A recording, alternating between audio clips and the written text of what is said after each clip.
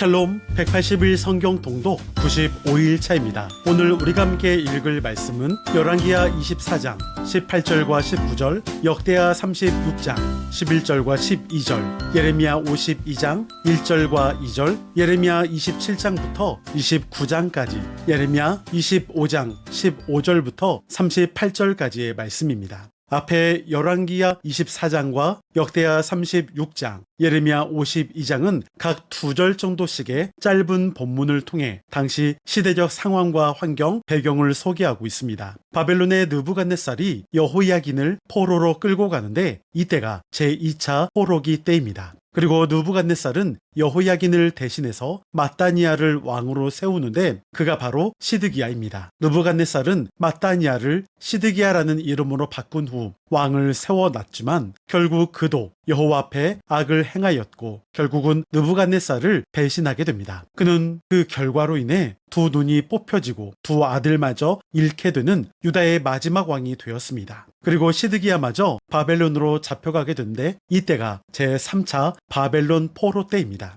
예레미야 27장부터 29장까지의 배경은 바벨론이 1차 포로를 끌고 간 이후 시드기야가 왕이 된 BC 597년대의 일입니다. 바벨론의 내부적 문제가 생기자 시드기야를 비롯 주변 국가들은 반바벨론 정책을 폈습니다. 유다와 다른 나라들이 파면을 면하려면 바벨론에게 예속하는 길밖에 없음을 예레미야는 외쳤지만 궁정 예언자인 하나냐는 예레미야를 공격합니다. 그는 하나님이 유다에 지운 바벨론이라는 멍에를 꺾으시고 돌아오게 하실 것을 전했습니다. 그러나 문제는 하나님의 뜻이 이와는 다르다는 것이었죠. 하나님의 예언은 유다 백성들의 마음을 흡족하게 했을지 모르지만 그것은 하나님이 주신 메시지가 아니었습니다. 하나님은 유다에 대한 멸망을 계획하셨습니다. 하나냐는 하나님의 뜻이 아니라 인간의 바람을 전하는 거짓 선지자였습니다. 하나냐의 예언처럼 되기 위해서 모든 유다 백성의 회개와 변화된 삶이 필요했습니다. 하지만 불행하게도 그들은 모두 말뿐이었습니다.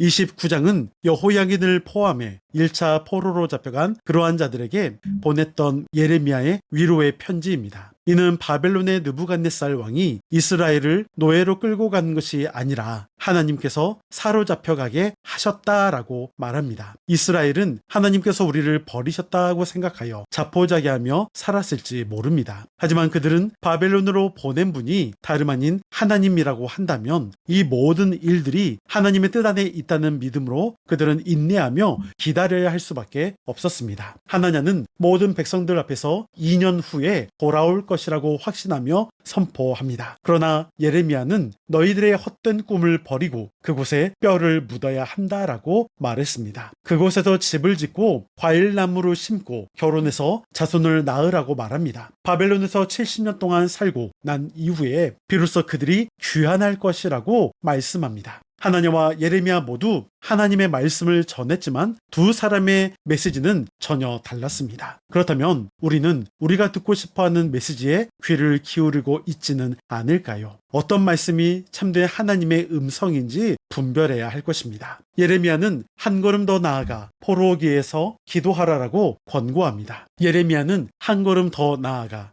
잡혀간 바벨론에서 기도하라고 권고하고 있습니다. 지금 바벨론에 끌려왔지만 오히려 그들이 살고 있는 지역과 그 공동체를 위해서 하나님께 중보하는 선교적 공동체로 거듭나야 함을 이야기합니다. 하나님은 예루살렘에만 계시는 분이 아닙니다. 하나님은 하나님의 백성들이 그곳에서 감당해야 할 특별한 사명을 전해줍니다. 비록 성전은 없지만 그곳에서 회당을 지어 말씀을 사모하게 하셨습니다. 비록 약속의 땅은 아니지만 하나님은 어느 곳에서든지 이스라엘과 함께 하셨습니다. 비록 노예로 잡혀왔지만 하나님께서 지켜 보호해 주십니다. 그리고 70년이 지나면 하나님께서 돌아오게 하실 텐데 하나님의 계획, 뜻은 재앙이 아니라 평안함이라고 말씀합니다. 바벨론에 잡혀간 사람은 재앙이 아니라 그것이 평안이라는 것이죠. 그것이 바로 여호와의 숨겨주시는 은혜를 입은 평안인 것입니다. 미래와 희망을 주시려고 노예로 잡혀가게 하셨다는 것입니다.